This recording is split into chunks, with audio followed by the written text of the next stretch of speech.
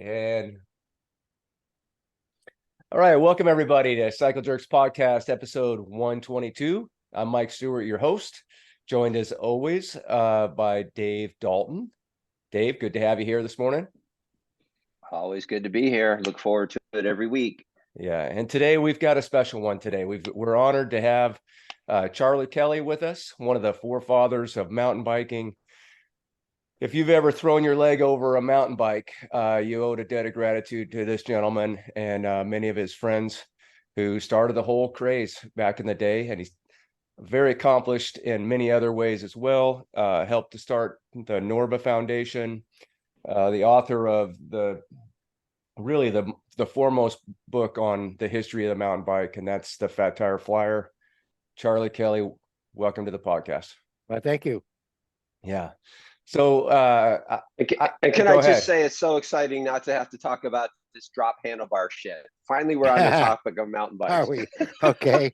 Hey, Charlie started on the drop bars, and yeah, but the problem is that I started with an Italian race bike. Yes. And it turned out that they're not very useful for anything other than going really fast on a road. And my friends and I just kind of got old one speeds for town bikes, and things got crazy after that. Yeah. How long did it take you to figure out that it wasn't really good for going downhill on a trail? I never even tried, but Tom Ritchey at that same time was doing a lot of trail riding on what would now be called a gravel bike, because there was this guy Jobst Brandt, very well, he's deceased now, but very well known in the 70s and 80s. And he was the leader of this, you'd have to call him gravel riding faction then. And we kind of had to drag Tom Ritchey into the flat bars, but we got him there. Yeah, well, Jobst obviously he wrote one of the book on the bicycle wheel, which is a staple in most bike shops, and right. Yeah, he was a great contributor to the sport of cycling for sure. Well, okay, so and when you're talking about the flat bars and the single speeds, the clunker, many of us bike nerds today own these clunkers. Some people out there probably own them and don't even understand the origin of it. But yeah, in the book you chronicle the evolution of the whole thing really well. And so reading the book, did you have a sense that you were onto something that was really gonna change the entire sport? That sense came about 1978, and the response was to have my roommate do some posters, because my race did not need advertising. I mean, there's only 15 or 20 people that took part in it, and I just call them up.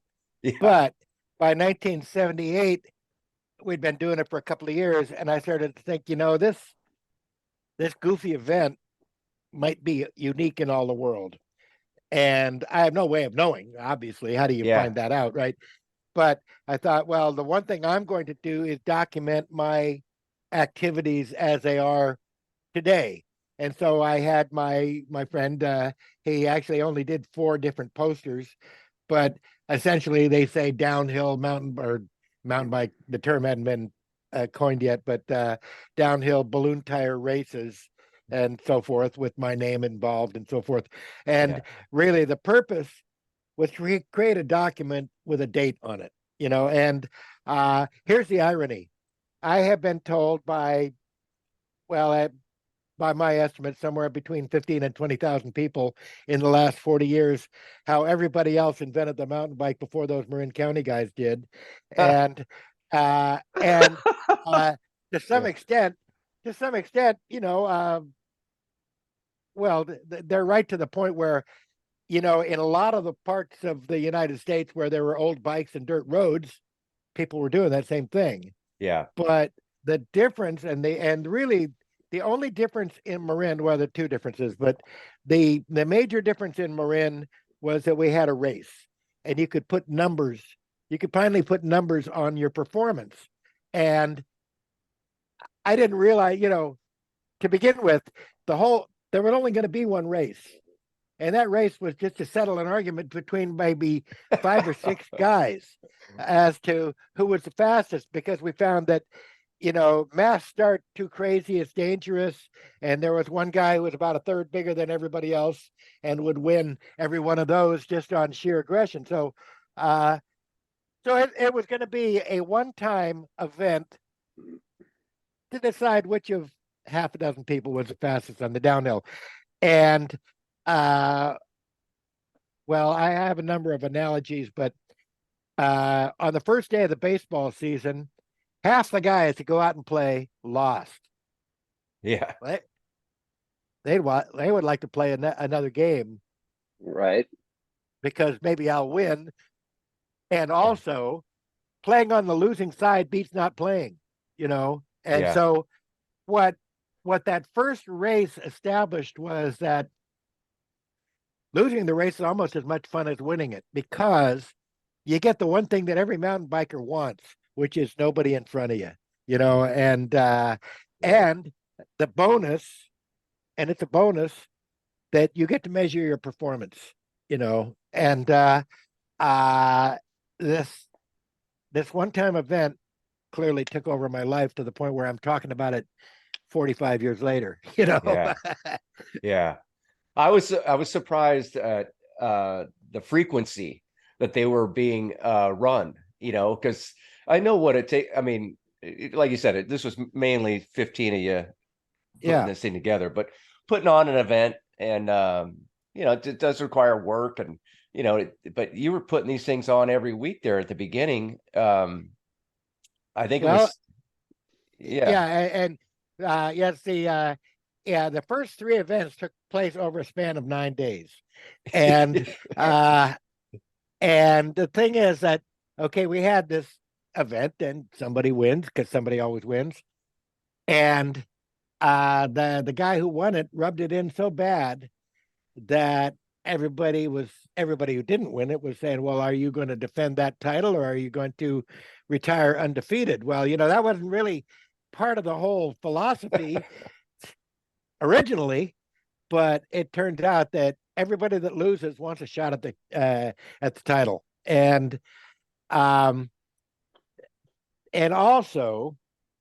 by I think the third race, or certainly by the fourth, the guys from the Larkspur, which is only 5 miles away, it's not that far, but they'd been bombing the canyons, long before we did, and it's not like, we knew these guys, and you guys rode over there, and we ride over here, and there's no rivalry until there was a competitive event, and the Larkspur guys, Canyon Gang, man, they wanted to be part of that. And then I think just about a month in, these guys from Berkeley showed up, the Berkeley Trailers Union, and they were so organized, they had a club name, I mean, and logo T-shirts.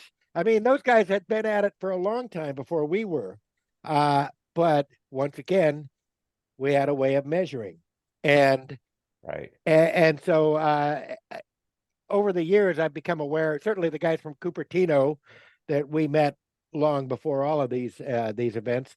Turns out that everywhere that were dirt roads and hills in the United States, there are probably a small number of, you'd have to call them the skateboard demographic, doing the same thing. And if they had a pickup truck, they were bombing the hills. They were trucking and bombing the hills, but what we did was just kind of like organize an activity that had been taking place already for decades. And well, clearly it took over my life. And then what it did was it launched me into a position of leadership in a community of a couple of dozen people, I mean, not, it wasn't a movement really. And I enjoyed it. Hey, who doesn't like being loved, and And I did it, well, for ego purposes. Man, I'm the guy, man. I'm putting on the races, and everybody loves me for it. And uh, so, Well, okay. you had to figure some stuff out. You know, it was a little tricky because of the logistics of the whole thing, just getting the timing, getting Right, that figured out to where you could run these, because a time trial, you know, obviously timing becomes the most important factor in that, calculating the results. So right. having accurate timing is really a trick when you're when the start line's 2 miles from the finish, and there's really not a lot of technology available. So Well, that was the whole thing that, that I figured out, and really all it takes is two synchronized clocks and a certain amount of organization. yeah, And of course, you've seen the photos. By I think maybe 3 or 4 weeks after our first race, I went out and I bought real stopwatches, right, digital stopwatches, and there were two effects of that purchase. One is that the race had been pretty much a cooperative effort until then, really became my thing. I spent actual money, that I had to go right, out and work. And then the other effect was that, having spent that money, I'm pretty much obliged to use those clocks and put on races. yeah, And so each of these little steps kept propelling me into a more and more of a leadership position. And the irony is that, man, right up until then, I was an absolute follower. I mean, I didn't see myself as, man, when I was in high school, I got beat up in gym class by kids 2 classes behind me, and so I I didn't I didn't have any sense of leadership until these events really propelled me into that area. And I found I had a certain gift for it, at least in that community. And I'm still coasting. So, yeah. Hey, so that was interesting. I don't want to dwell on you getting beat up, and I'm sorry that happened, but let's go back a little bit, right? So before we got to the races, somewhere there was an evolution, right? Or somehow you got on, like Mike always starts these things with, tell us how you got on the bike. So tell us how you got on the bike. You're riding probably just around town or something, then all of a sudden you start to meet other people, and who comes up with okay. this idea of bombing a The canyon, that type of thing. I actually tell this story a lot because I volunteer at the museum, and that's what the story is. But anyway, Okay. to capsulize my bicycling history, as you know, as a rock band roadie, and uh, I had a car, a Peugeot 403, that I'd bought when I just got out of the army, and my car was very popular with the guys in the band, to the point where they were driving it more than I was. And one day, one of the guys took my car and never returned it. He says, "Hey, man, your car, like, it broke down somewhere somewhere." Well, I never saw it again. I mean, wherever it was, he left it, walked home or hitchhiked or whatever, and I never saw my car again. Well, still got to get around. And right about that time, this guy that I knew said, "Hey, man, I got a funky old bike in my basement. If you can have that if you want it." And it was a Schwinn Varsity, which is not a good bike to begin with. Oh, And ooh. and this Yeah. one, of course, rotting in a basement for some time. But anyway, I took the bike. And on the first day that I rode that bike, I went over the handlebars and I got bit by a dog. And I was thinking, well, Off to a great start. yeah, really, Where's one? really, I'm thinking, where's my fucking yeah, car? I want my car back. yeah. Well, anyway, I didn't have any options, so I kept riding the bike. But a few months into that, I met this girl who also had a funky bike in her garage. And she said, my brother left it there, what, 2 years ago, and you could have that. So I upgraded only slightly to a kind of a funky Peugeot bicycle, and clincher tires and so forth. And so that became my main transportation. And the first thing I noticed is that really even though, well, first, you don't see a lot of adult cyclists in 1971, right? You don't, wasn't a thing then. Yeah. But when I did, I noticed that I rode faster than most people that I ever even saw. Okay. And then one day I'm riding around the college campus, local college of Marin, and there's this guy. He was on a European, a Swiss bike, a Mondia, all campy, and I never seen an all campy bike. I mean, this thing was the most incredible machine I had ever encountered. And I stopped this guy and I grilled him for a long time about, man, tell me about this bicycle. Because once again, this is 1971. And yes, all campy bikes existed, but not many. And everyone that had one knew everybody else that had one. I mean, it was Yeah. not a movement like it is now. So anyway, I learned enough that I did some research and I bought the cheapest sew-up tire bike you could buy at the time, which was a Peugeot PX10, replacing my Peugeot U08. And I did not know enough about bikes. I picked out a real turkey when I bought the bike, but I'm riding it. And I met this girl. She was a deadhead, and she said, I know this guy who's just like you, man. He's a hippie bike fanatic. And if you ever met this guy, you guys would be totally friends right away. And his name is Spider. That's all she knew. So one day, middle of 1971, I'm riding around on my Peugeot and had to be about March. And I see two guys on fancy bikes. Well, for one thing, you didn't see anybody on fancy bikes. And two guys together on fancy bikes was, man, that's got my attention. And one of these guys is all arms, legs, and hair. And if you're going to call a guy Spider, this really looked like a guy you would call Spider. And so I rolled up on him and I said, "Hey guys, are you Spider?" And he says, "Well, some people call me Spidey because there's another guy that goes by Spider, but my name's Gary." And I go, "Well, hey man, this girl Rose told me about you, and hey, who's your friend here?" And he says, well, his name is Marmaduke, but his real name is John Dawson. And I go, man, does anybody use their real name around here? But anyway, and Marmaduke is in a band with Jerry Garcia, and we're going down to the Grateful Dead office to pick out the cover art for their album. And so I immediately flashed my rock and roll credentials. Come on, man, I've worked a lot of shows with the Grateful Dead.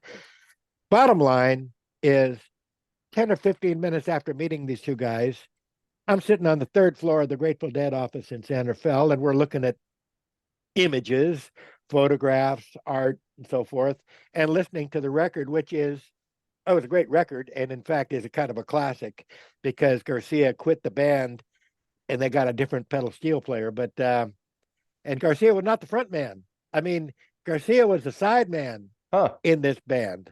I mean, he played the pedal steel, and Marmaduke wrote the songs and sang them. So, but anyway, I'm digressing. Anyway, so it was me and Gary and Marmaduke and the bass player, name is Dave Torbert, in this room listening to this record, and they're saying, "Well, what do you think of these images?" And I'm thinking, man, it's your record. You've known me for 10 or 15 minutes. Why do you care what I think? But bottom line is the record came out a month later, and the cover was images that certainly we'd seen and commented on. I wouldn't say that I had any effect on the selection, but I was in on it for sure. So, okay, after listening to the record, looking at the artwork, now we go on a bike ride. And so on the way out, we're wheeling our bikes out and we run into Garcia. And Garcia goes, "Hey, John, where are you going?" And Marmaduke says, "Oh, we're going on a 20-mile bike ride." More like 12, but everything's subject to exaggeration. And Garcia says something I'll always remember, which is, "Well, you're not likely to run into me out there." so Garcia was actually, I wouldn't say I was friends with Garcia, but I certainly associated with him on many occasions. before he was this iconic, legendary guy. Right. Because that's what crushed him. You know, well, diabetes and the fact that he didn't really treat it very well, but he was Garcia was intelligent. He was a really nice guy, but he was just not equipped to deal with the level of adulation that he got in the way of. But I digress. So Gary Fisher and I became friends. On that ride, I smoked him because you guys are bike riders. You're riding with a guy you just met. You're going to find out what he's got, right? Yeah. And I smoked Gary, and that really Gary had raced bicycles. I'd never raced a bicycle, but I'd been spending more time on my bike than he had. And well, let's just say that was the last time I smoked him until sometime I believe in the late 90s. I got him again. But Yeah, well, Gary never let he was the phenom as a kid on the bike, absolutely. right? Yeah. And the thing is, he'd been, off the bike and I guess party and hardy or whatever, but he caught me on a day when I had more than he in the tank than he did. It can happen. And he never let that happen again. Let me just say that, Uh-huh. I'm a real bike racer and you're a goddamn nerd, man. And like, that's like, but okay. So we became obviously associated and friends. And Yeah, one day, roommates, right? well, I had rented a house with another guy, and I was at a flea market, Marin City flea market. I was buying some furniture for my rented house, and I found a table and chairs, but I didn't have any way. I was on my bike, didn't have any way to get him home, and I saw Gary there, and he had this an old UPS truck that he repainted non-UPS colors, and I said, "Hey man, can I throw this stuff in your truck and you deliver it up to my house?" So yeah, we throw it in the truck. And a week goes by and I go, "Oh, God damn it, this guy stole my table, and but he finally showed up. And so we're carrying in this furniture. And he's going, "Whoa, whoa, wow, who lives here with you?" And I go, "Well, actually, my roommate just moved out." Well, you can do the math, right? And so Gary and I moved in, and the house we lived in then had a basement, and in that basement, Gary brought his entire collection of old bike stuff because he had gone to a bike shop that I guess was going out of business and cleaned them out for all the balloon tire stuff. Because Gary, see, he'd gone to Redwood High School with the guys in the Canyon Gang. He was familiar with the Canyon Gang. They were friends of his, high school buddies, and so he knew all about their bombing activities. And he said, "Man, you know," and he also pointed out that this balloon tire stuff, man, everything fits everything. If you got a pair of wheels and a frame, they're going to work. And so from a pile of scrap, we assembled a couple of working one-speed bicycles for town bikes. Obviously, man, you got your Italian race bike, and you want to go out for beer, man, and really that's not the vehicle of choice. So anyway,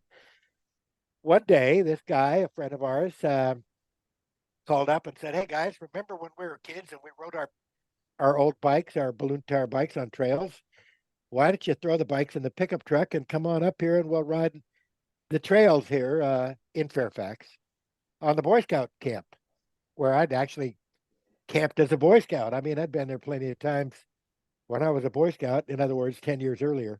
So, so we did that. We put a couple of bikes in a pickup truck and we took them out on the trail, and two bikes and three guys. One guy had to actually run, and two guys would ride, and then we'd like switch off. I mean, it was like, how goofy can you be when you're 24 years old? I Uh-huh. mean, Uh-huh. and tough as nails, right? So and it turned out that the guy on foot could actually keep up. It's like a 2% grade. It wasn't very steep, just slightly uphill, and the guy jogging could keep up. And we went a mile or so, maybe 2 miles, but hit probably a 10 or 15% grade and go, wow, we're not going up that. Let's turn around. And at that point, we found out that even on like $15 worth of junk, coasting down a dirt road was a lot more fun than chasing the guy on your bike who's coasting down that dirt road. And he's laughing his ass off because he's on your bike and you're running. But anyway, so, and that's the point at which we kind of like moved into, hey man, we got these dirt roads, we got these bikes.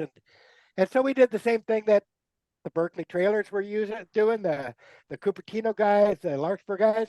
Man, we started putting them in trucks and finding a high point you could drive to and coasting down whatever dirt road you could find, you know. And then in 1974, these guys showed up from Cupertino who had put the gears on their cruiser bikes. And there were 2-speed coaster brakes. I mean, you could get a 2-speed on your coaster brake, but these guys had figured out how to put derailleur gears on there. And the sacrifice that they made to do that, they had to use a tandem drum rear brake. Couldn't use a coaster brake with the derailleur gears. And the thing about the coaster brake, it was a much better brake, or at least when it wasn't hot. Yeah. So what they were doing was kind of sacrificing braking power to get more gears, essentially, because the brake wasn't quite as good a brake. But they got 10-speed gears or whatever. And Gary saw this stuff. And I don't know, a few weeks later, he was at a flea market and he found a tandem bike all in pieces, but it had one of those drum brakes on it, or it had a drum brake. And he brought that thing home, and it took a day or two of experimentation to mount it up on his bike, because first you got to build the wheel, and then second, turns out the spacing on the rear dropouts is different, so you have to make some adjustments while keeping your frame straight. It's a trick, basically. Won't go into too many details, but it doesn't mount straight up, you know. And so took him a while, but he got it done. And the first ride we go on, man, this bike is clearly superior. I mean, it weighs 60 pounds, but he's motoring away from us on the hills, you know. So over the next couple of years, well, of course, as soon as I saw that, I'm the roommate, you know, I'm gonna. But of course, you had to find those drum brakes, and they weren't common. But we also had our domesticated bike shop, which was the Cove Bike Shop, where the Koski boys, you know, the Koski brothers. Yeah. You know who Eric. they are? And, Okay. Yeah. Eric, Don, and Dave. Anyway, they were second generation. Their father had a bike shop, and they were actually, those guys are younger than I am, but they understood what we were doing, and so we could go and, hey man, we need you to order this weird stuff for us. Essentially, Charlie, yes. Does anyone other than the Koski brothers work in this scenario? Like, this is a charmed life here. Well, you know, actually, it was some science fiction writer that said something that has always stayed with me, which is pretty much everything that happens is unlikely. So I like that. Because everything weird that happens is some kind of perfect storm, right? I mean, just the right people, the right place, the right influences, whatever. And of course, there were literally thousands, if not hundreds of thousands of people who had the opportunity to do all this stuff before we did. I mean, the bikes were there, the technology, we didn't invent any technology. We just modify, you know, how do you use this technology? But we didn't invent anything, just, you know, stuck different stuff together. But anyway, so to move the story forward, now that you know, over the next couple of years, a couple of dozen people would, you know, modify similar bikes, and but our house where Gary and I lived was pretty much the headquarters for that, because for one thing, there were no pesky girlfriends hanging around, you know, who might want to do stuff other than that. And I mean, our house was nothing but bikes.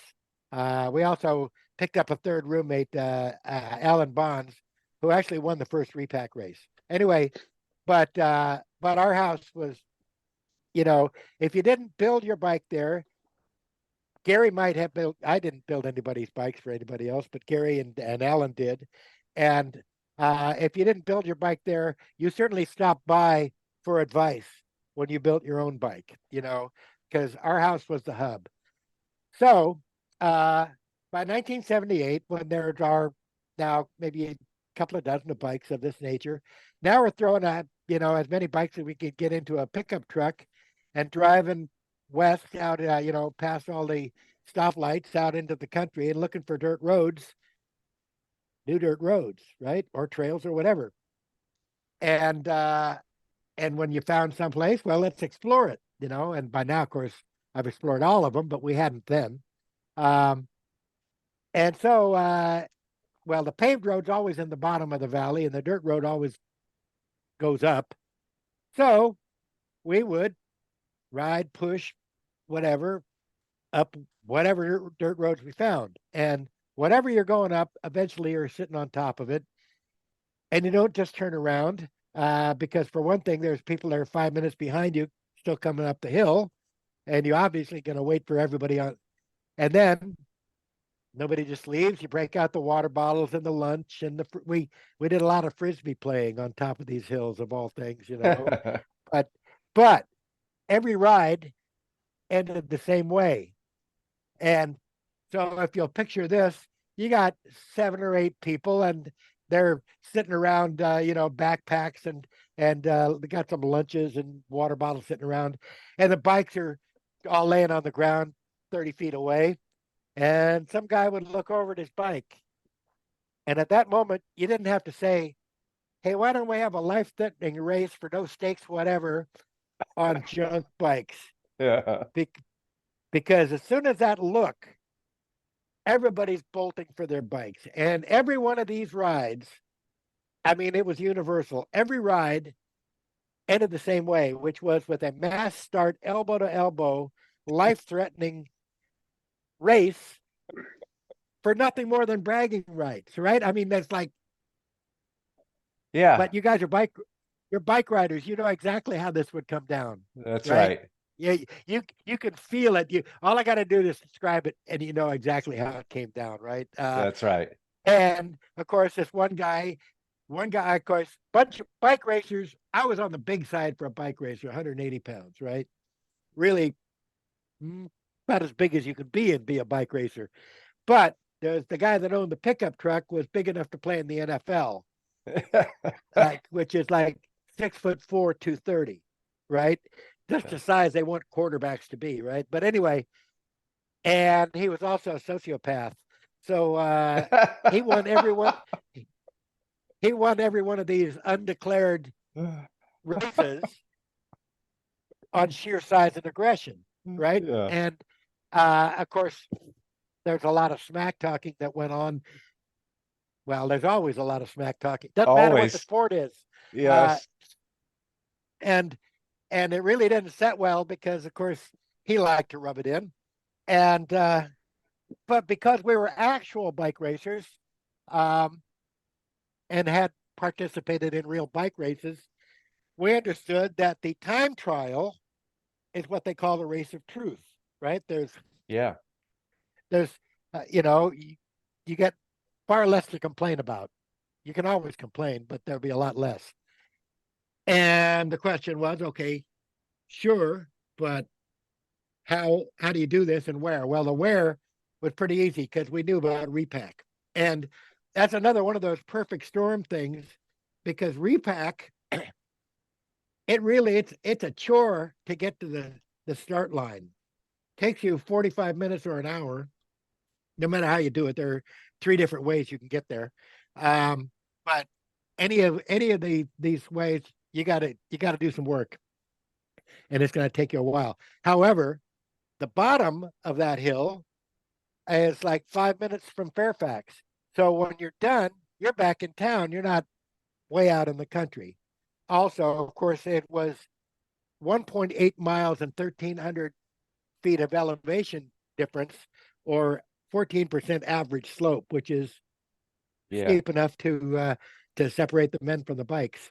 And Yeah, I'd put that in a gnarly category. Right. And by the way, I have been on the World Cup downhill courses. I don't have the skill set to ride a World Cup course anymore. I mean, the bikes and the techniques Oh yeah. have evolved to the point where, man, there is a 2% of mountain bikers could actually ride a downhill course at the world level. I mean, it requires such an advanced level of skill. Yep. And of course, anybody can ride Repack. Uh, but, and Gary Fisher pointed this out to me many, many years ago, it's not the course, it's the competition. Because anybody can ride this, but only one person can win it, you know? Yeah. And that person is then going to have to take some extreme chances and have a little bit of luck too, you know? But yeah, anybody can ride this course, but only one, you know, on any given day, only one person will win. And so, you know, we had this race, and I've already explained that it was so much fun that the one-time event Yeah. kind of like kept on going. And that led to the next phase, which is basically those cruiser bikes only lasted about 6 months under me. I mean, I was using them up faster than anyone I knew.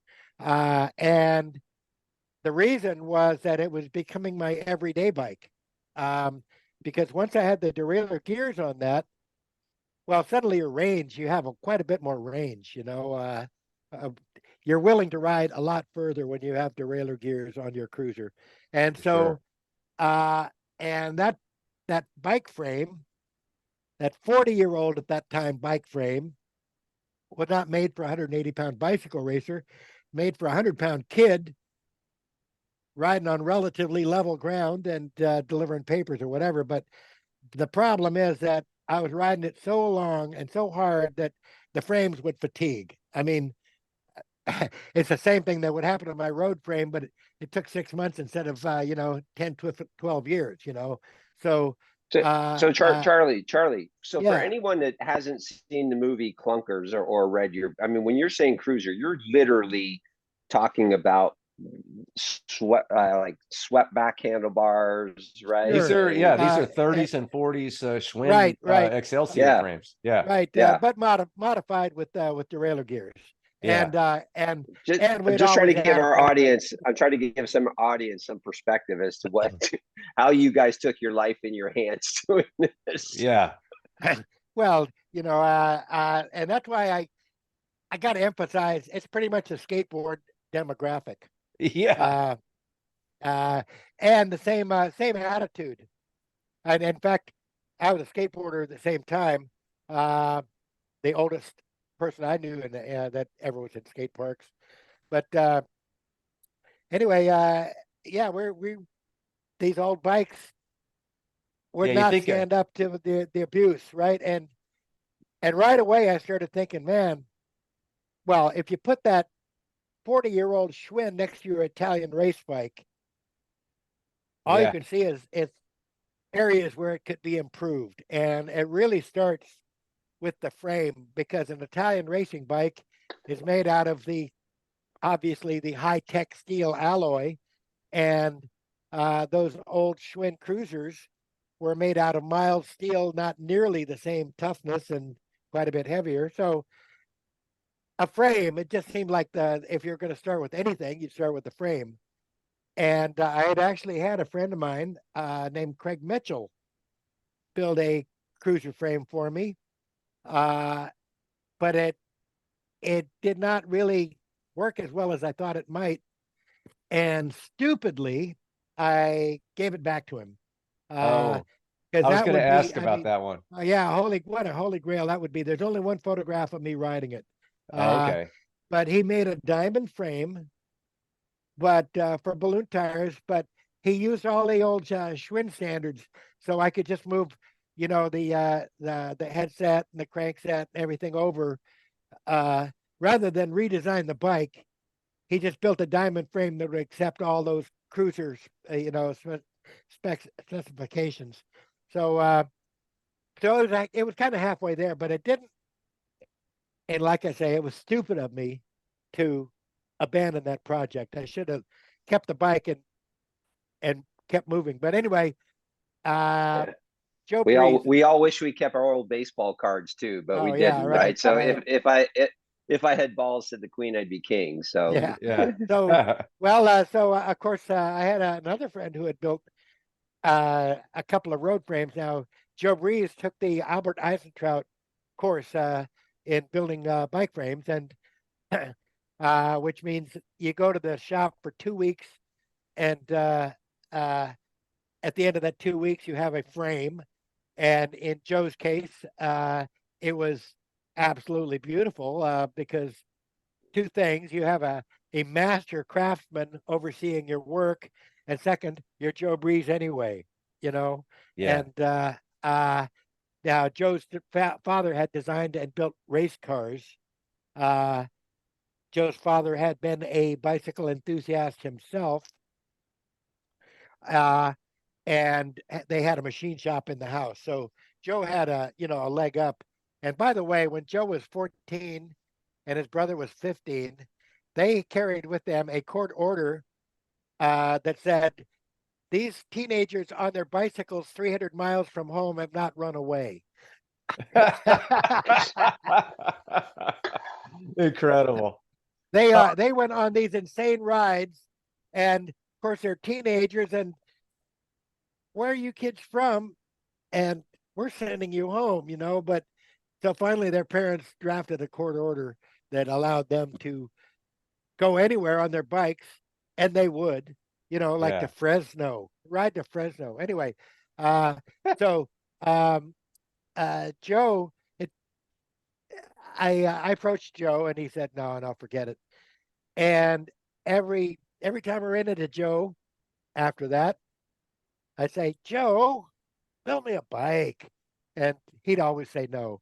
And one day, I'm riding my cruiser, and here comes Joe on his the other direction. So I stopped to talk, and I said for the 100th time, "Come on, Joe, what would it take?" And instead of saying no, he said, "Well, I would need some money for tubing." Well, I have no idea where I was headed in 1977 with $300 in my pocket, but whatever that errand was canceled, and I put that $300 in Joe's pocket. And that was, if his excuse was he needed money to buy tubing, well, that was now Yeah. your excuse is gone. So anyway, bottom line is, yeah, okay, I'll build it, or I'll do it. And the word got around, and he took 8 more orders, and one for himself. Total of 10 bikes. And as you know, I consider that to be the most important bicycle of the 20th century. For sure. Because and I look at this in the bike museum all the time. From 1900 until 1977, bicycles improved incrementally. I mean, the coaster brake came along early in like 1902 or something like that. Derailleur gears came along in the 20s and the 30s. And maybe there was some wheel technology that was improved, wheel and tire technology, but really it was modifications of the existing bicycles until Joe created a bicycle that broke all the rules. Essentially, and when he had built a road bike with Albert Eisentraut watching, where you're doing something that has been done a million times, and there is a lore, and there is a history, and there is many, many thousands of hours of other people's experience that you can draw on. But Joe had to do this all from scratch. And certainly he regretted some of his decisions because the next generation, he'd changed a few things. But no single bicycle or 10 bicycles, there's only 10, changed the direction of bicycling more than Joe's first 10 bikes. And by the way, I am honored to have Joe for such a great friend. Yeah. I tell people that if I disagree with Joe, it means I'm wrong. So Well, that first so what batch. Go ahead, Dave. What was the big difference? What is it? I mean, for again, someone who hasn't read your book, what was Well, so for Oh, so starters, much. you have to redesign the bike from the ground up because the road geometry once again has been refined by millions of examples. Um, but for example, when you use the bigger, wider tire, everything has to be pushed outward from the center line. So you have to redesign all the width aspects of your bike. Where does your chain operate? And then you actually have to find a front derailleur that will reach out that far, because turns out that uh, not all of the existing componentry on the market would even do what you needed it to do. So in addition to doing the design, Joe had to actually seek out the components that would accomplish this relatively new task, because you need a high quality derailleur, but the high quality derailleurs were not really made to do this wide range of rear clusters that we're now using. So Yeah. everything, there were a lot of compromises involved, and you just got to use what you can buy, because you can build a bike frame in a garage, you can't build a tire in a garage. Yeah. So Yeah. you got to live with some of the stuff that's already on the market and create what you can create. And the other thing is that Joe had to use a lugless technique, which I know that you guys are familiar with, but Yeah. it gets a little bit in the weeds for people who aren't into bike construction. But anyway, uh, Joe had to use a lugless technique, which involved learning how to do it. I mean, Tom Ritchey did that, but of course he'd spent a number of years polishing his technique, and Joe had to learn this technique just to accomplish this one bike that he was building. Well, there's so many advantages to starting from scratch, but it takes a vision, right? It's all this practical experience that you guys have trying to make these clunkers work for your application. And then when you see the first breezer with how it addresses some of the strength, that I mean the tubing, obviously the BMX fork on the front. Right. Well, I guess the first one didn't have a BMX fork, but Well, and that reason is that Joe found that making a fork, and Tom Ritchie found this also, making a fork is as much as a pain as making the rest of the frame, yeah, because the frame is just geometry. I mean, not simple geometry, but a fork is quite a bit more complicated.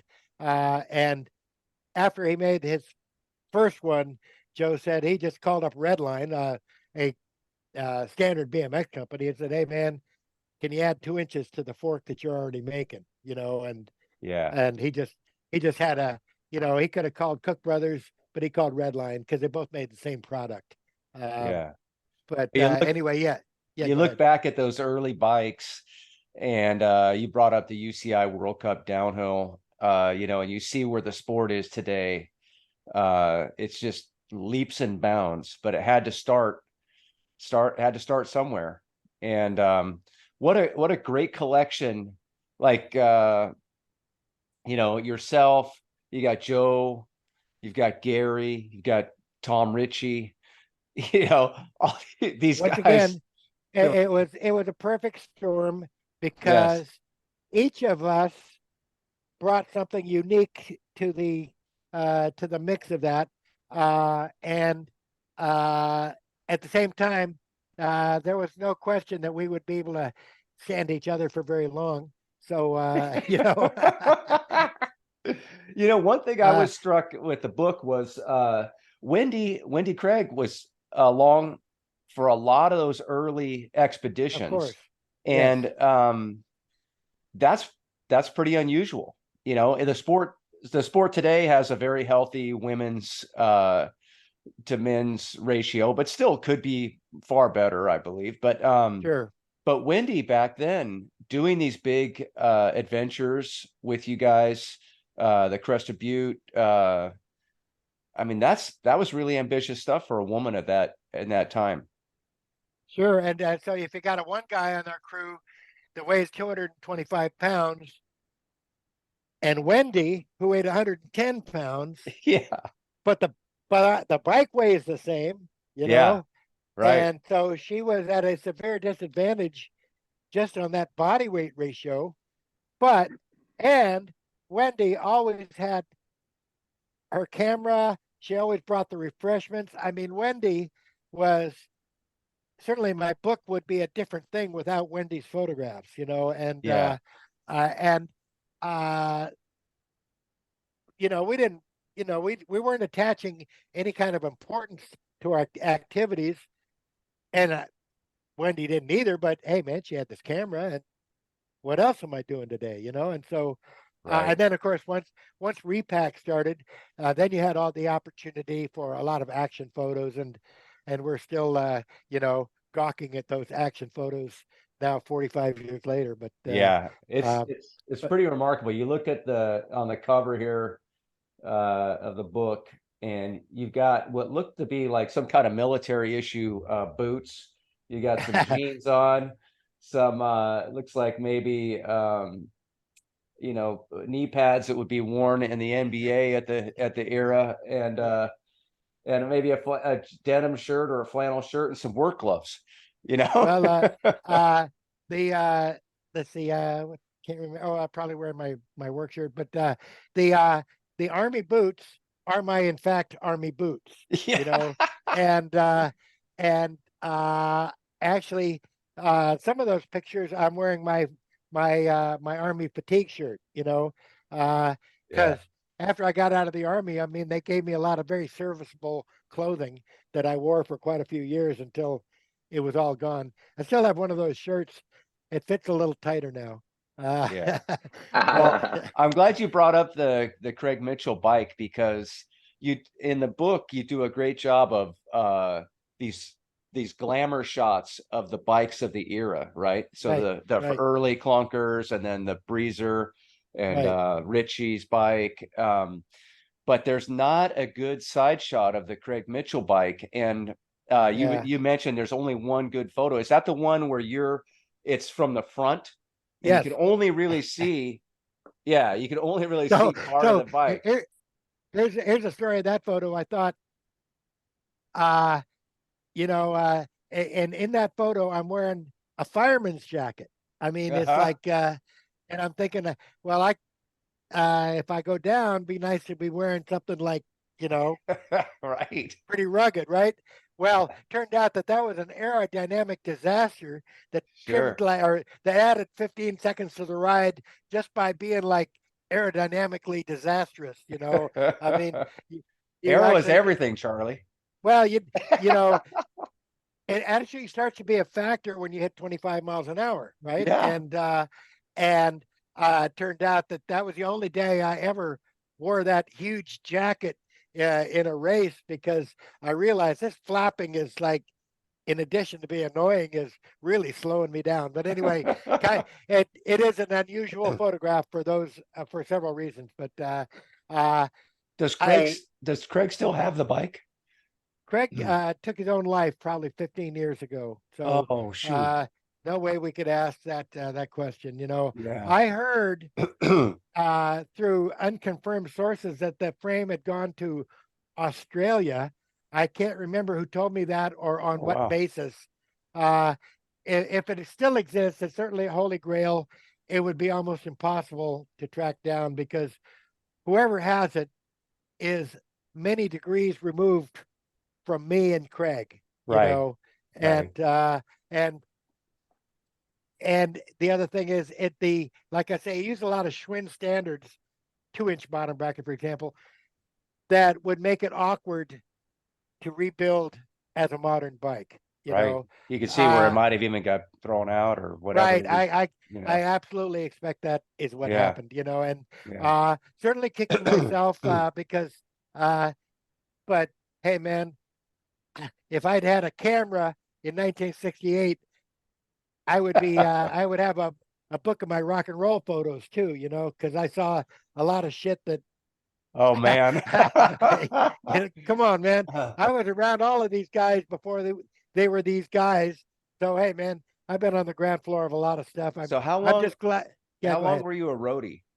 42 years. But 42. and in that time I missed 4 performances. But Yeah. here's the deal. When I got out of the Army in 1968, I was kind of a rare commodity because uh, in order to be a roadie, you have to be reasonably robust. And all the reasonably robust people were getting drafted, and I already had, so I didn't Yeah. have that issue.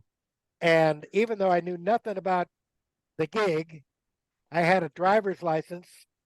And the one day that Terry Haggerty said, "Hey, do you think you and Steve could get the Hammond organ up a flight of stairs, just the 2 of you?" And I go, "Well, show me a Hammond organ, and I'll give it a try."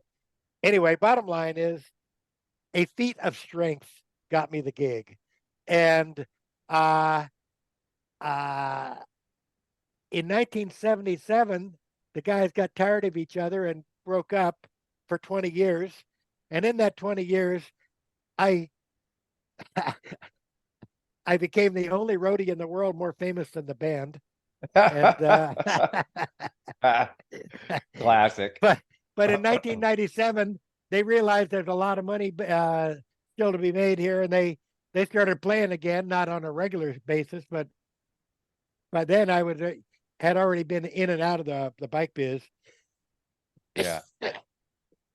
So And yeah, go ahead. can we talk a little bit about the creation of the Fat Tire Flyer magazine and Oh, sure. and then how that ended? Did you just shutter it, or did Well, the problem I had in writing my book is that you have a timeline which people expect to run kind of linear, but I had 3 or 4 adventures all taking place simultaneously, yeah. and it was kind of hard to treat it. So what I did was I wrote a bunch of chapters and I handed them all to the editor and said, "You figure it out." But anyway, in 1980, let's see, I don't think that, yeah, it was right about the same time. Oh no, Gary and I had been in business for a year. And Wendy said, "Hey man, remember when we had the road bike club, Velo Club Tamalpais? Maybe we should have a mountain bike club. So let's have a meeting at my house and we'll talk about that." And so we had a meeting, and it was the only meeting the club ever had.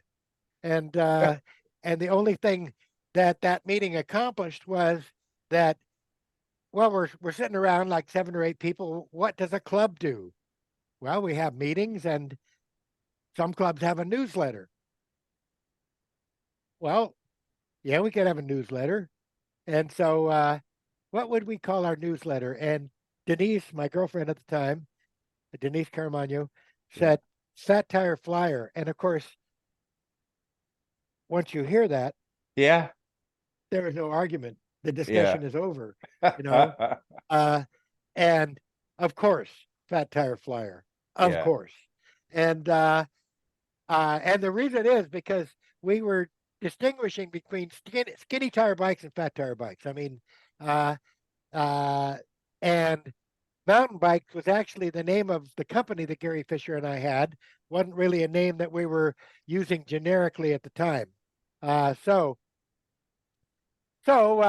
Denise and I created a newsletter, 8 pages or something like that. And the irony is that how much news are you going to tell to people that all know each other anyway? You know? Yeah.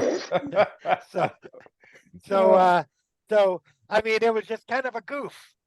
Everything in my life that turned out to be important started off as a goof. Right. But we made the mistake of writing issue 1. Mm. If I'd written that on there, it would have been a one and done, right? But people started saying, "Well, is there It's ever going to number be 2. an issue? Yeah, Yeah. where's issue 2? Oh yeah, well, and you've seen it. It's basically every PTA newsletter in the world looked better than this. It was composed on a typewriter with pencil drawings and photocopied, and I mean, really, I mean, cost us $8 or $9 to publish, Yeah. how much to copy about 50 or 60 sheets, right? But anyway, uh, and but it was the only thing in print that addressed this subject. Yeah. Uh, and also, I realized almost immediately that it was a good advertising vehicle for what Gary and I were doing. Uh, and so I Sure. could, I could advertise our, and the Koski boys would kick in, and so, without any thought that it might be a commercially viable thing, because really, if it only cost you $15 to publish this thing, you don't really think about profit motive. But it kept evolving because, well, I'm doing this thing and learning about the publishing game because you can take it a few steps past photocopying, and Yep. uh, but about 3 years in, Denise and I broke up, and it became really difficult to do because you try to do this project with someone when there's this elephant in the room, right? Yeah. Right. And she sold her interest, half interest, uh, to a guy I had never even met. His name was Don Myrtle, and he had inherited the money. Not like uh, he was kind of a spoiled, trust funder. Well, we called them trustafarians. Yes. Uh, and uh, but he had the money, and he paid her $8,000 for a half interest in something that had really no value at all. But So Denise was a sales gal. well, she did fine, and in fact, we remain really good friends. But then I had a partner, and he had a lot of money, and uh, and he wasn't afraid to lose a lot of money because we did. Uh, and but on the basis of his inheritance, because this guy would throw money at, I didn't have access to that kind of money, Sure. and he would throw money at the publishing game, and allowed us to go to a real printer, and yeah, it was on the basis of losing his money that we kicked it into a real looking magazine, but the problem that I had with my partner was that I was writing the thing, I was taking a lot of the photos, I was doing the layout, I was handling the subscriptions. What the hell are you doing? Yeah. Uh, He's like, I'm the and money. that's right. And I said, well, I don't want to sell the advertising. You sell the advertising, you know, because we actually had people like clamoring to advertise in the only vehicle Right. that addressed this demographic, right? Yeah. And uh, he couldn't get it together to do that. I said, man, let's hire somebody because 10% commission on nothing is nothing, And so, but the bottom line is that um, when somebody else is writing the checks, you can't tell them where to spend the money, Mm. And Mm. we had a rollicking good time losing his money for about 3 years. Uh, and uh, but finally, the imbalance in the contribution, you know, Yeah. was starting to bug me, because man, all you do is write the checks, and I have to fucking do everything else, You're right. uh, and so well, everything has everything's finite, Yeah. and one day that ended, and I walked away, and it was very bittersweet because I got out from under something that was really, an emotional issue for me. But at the same time, the Fat Tire Flyer was by far the most creative thing I ever did in my life, because I worked for all the other bike magazines, Hmm. and they tell you what to write. And they tell you, we can't really publish this. And in my own Uh-huh. magazine, I wrote everything that I felt like writing that couldn't be published in other magazines. And I did all the stuff that nobody else would let me do. And it captures my personality better than anything else that I did for anyone else. And I'm really proud of it to this day because um, my my purpose in the Fat Tire Flyer was that I wanted to create a magazine that if you picked it up 10 years from the time I published it, you'd find something interesting in it to read. Because if you read well, and mountain bike action is based in the now, right? Right. The Yeah. current the current technology, who won the race last week, and it is the now, right? Yeah. Now, bicycling is has universal aspects to it. Uh and I tried to concentrate on the stuff that doesn't change, the experience that we have and without getting too ephemeral there, just the stuff that stays with us from Yeah. bicycling, and so, everybody else, they got to sell the current product, right? Well, I was already losing money. Yeah, but it's the product's one thing, but the experience is what gets you. Right, That's right. what, So so anyway, I did have the opportunity for creativity that no other magazine would afford me, yeah, and so I'm glad I had the experience. I was tired of doing it though, because a magazine, and I didn't realize this, man, it's worse than being married. It's a life sentence, you know. As soon as you put one away, you got yeah. to start thinking about the next one, Oh yeah, and that's a constant that I'm not really built to do.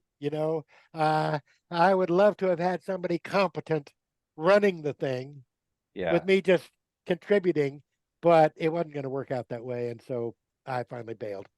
Right. I remember, I grew up in the BMX. I was doing BMX a little later. My first race was in 1980. So I was there, not quite at the very beginning, but similar, where we were modifying parts. We were taking road bike Right. parts and putting them on BMX bikes and figuring out how to make them lighter and doing all this stuff. And I lived with the BMX magazines, Right. and I remember seeing this article, and you have a reference to it in your book. And I didn't really, I worked with Dean Bradley for years Oh, did you? All at right. Giant Bicycle. Yeah. And All I right. didn't realize that Dean was the one who wrote this article about the mountain bike. But I remember seeing the mountain bike in the BMX magazine, and it made me feel like, why is this in here? That was my reaction, because I was such a BMX Well, kid, and but it was such a groundbreaking uh, kind of product, because as Dean chronicles in that article about the ability to just traverse terrain uh, right. in a way that, unless you're hiking, you can't really do a lot of this stuff, even with the most sophisticated four-wheel drive or motorcycles. Um, so yeah, that really resonated with me when I was a kid. And I wasn't, at the time, I really wasn't interested in it, but later on, boy. Well, there are several things about I'm glad you brought that up because it allows me to launch on a new subject. First, the bike that Dean saw was one of the very first. You know, it started out. Tom Ritchey had given Gary Fisher 9 bicycle frames, and Gary Mhm. had come to me and said, "Hey, man, you want to help me build and unload these bikes?" uh, and um, an innocent question that led to a lifetime. But anyway, Yeah. um, Dean saw this bike, and the very first line in his article is that chances are you never heard of this bike, the mountain bike, Yeah. because that's our company name at the time. He says, uh, but believe me, you will be hearing a lot about this revolutionary bike in the future. Dean saw it and Yeah. made all the intellectual connections instantly. Now, let me just take you another step further. In 1981, Gary Fisher and I showed our bikes at the trade show for the very first time. Okay. And of course, we didn't have a lot of money. We had our trade show exhibit was a card table, some photocopied literature, and a couple of bikes. Right? I mean, Yeah. because the rules were if you had more than you could carry in on one trip, you had to hire the union guys. Right? Well, Uh, so we had an exhibit that we could move the two of us at one time. Right? One guy carries a table and one bike. The other guy's got the box of literature and the other bike. Anyway, so and of course, we were on the far fringes of the trade show. I mean, come on, we got in the last minute when they were like got to unload a few booths. So What trade show is this? What trade show is this? this was in Long Beach. It was the whatever the national trade show was, and I think Bicycle Dealer Showcase. yeah, that sounds Okay. right.